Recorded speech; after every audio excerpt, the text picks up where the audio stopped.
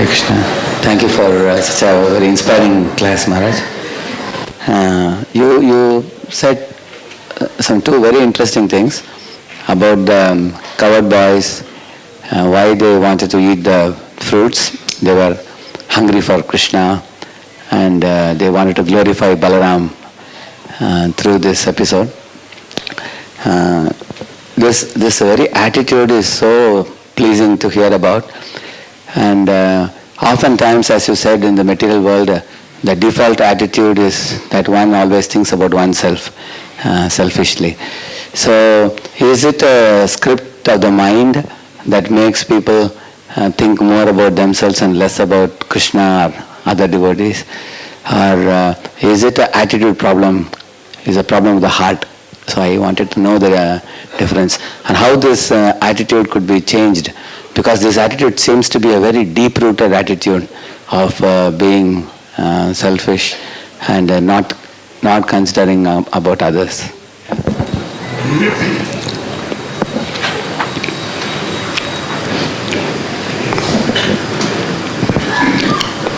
This ahankar, or the false ego,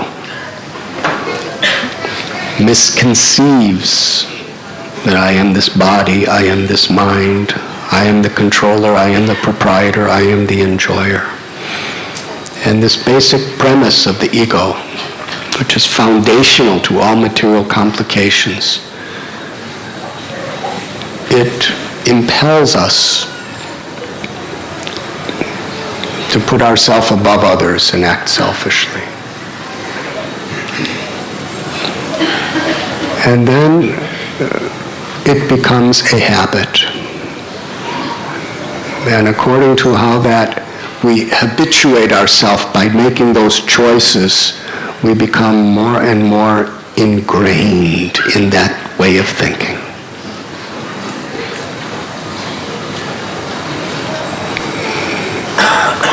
Just like the habits in this world. If you smoke a lot of cigarettes, you become addicted. And the more you smoke, the more you become addicted. And then it's very difficult to do anything without feeding your habit. It becomes a craving. I've been a guest at many Alcoholics Anonymous meetings. And people tell about people who are sober discuss what they did when they were addicted to alcohol or drugs. And the stories they tell are shocking. How they would steal, how they would abuse their children, how they would abuse their wives, how they would abuse their husbands, how they would abuse their friends, how they would... Everything was for their habit. Some of them, they discuss that they were literally monsters. They were demons. Their entire life was to beg, borrow, steal, kill, abuse, anything to feed my habit. And then when they became sober, they could actually understand what it had done. When you're in the middle of it, it's so tumultuous, you can't really understand the effect of what you're doing because you're so much a slave of the habit. So that's exactly the way the ego works. Our selfishness, our arrogance, our greed, our selfish passions, our anger, our envy. As we make choices to feed these habits, the habit becomes stronger and stronger and stronger and stronger, and it could get so strong that we can justify anything.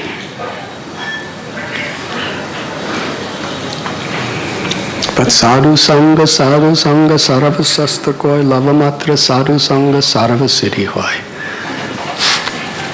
When we associate with sadhus, with saintly people, then we begin to understand actually what I really want in life and what my condition is. And then we'll take the medicine and take the way of life by which we can become liberated from this. So each person has their own unique state of conditioning according to how they have fed their particular habits in their life and how they've aggravated it. So bhakti is the process of staying away from the bad habits and replacing them with good habits.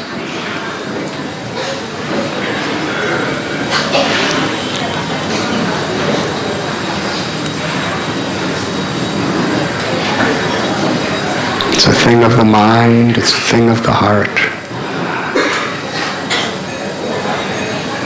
Enechi asadi maya nashi baro lagi harinama mahamantra lautuni magi.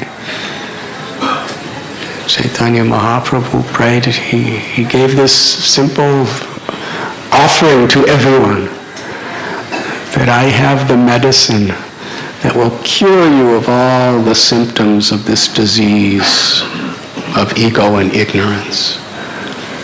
This Hare Krishna Maha Mantra.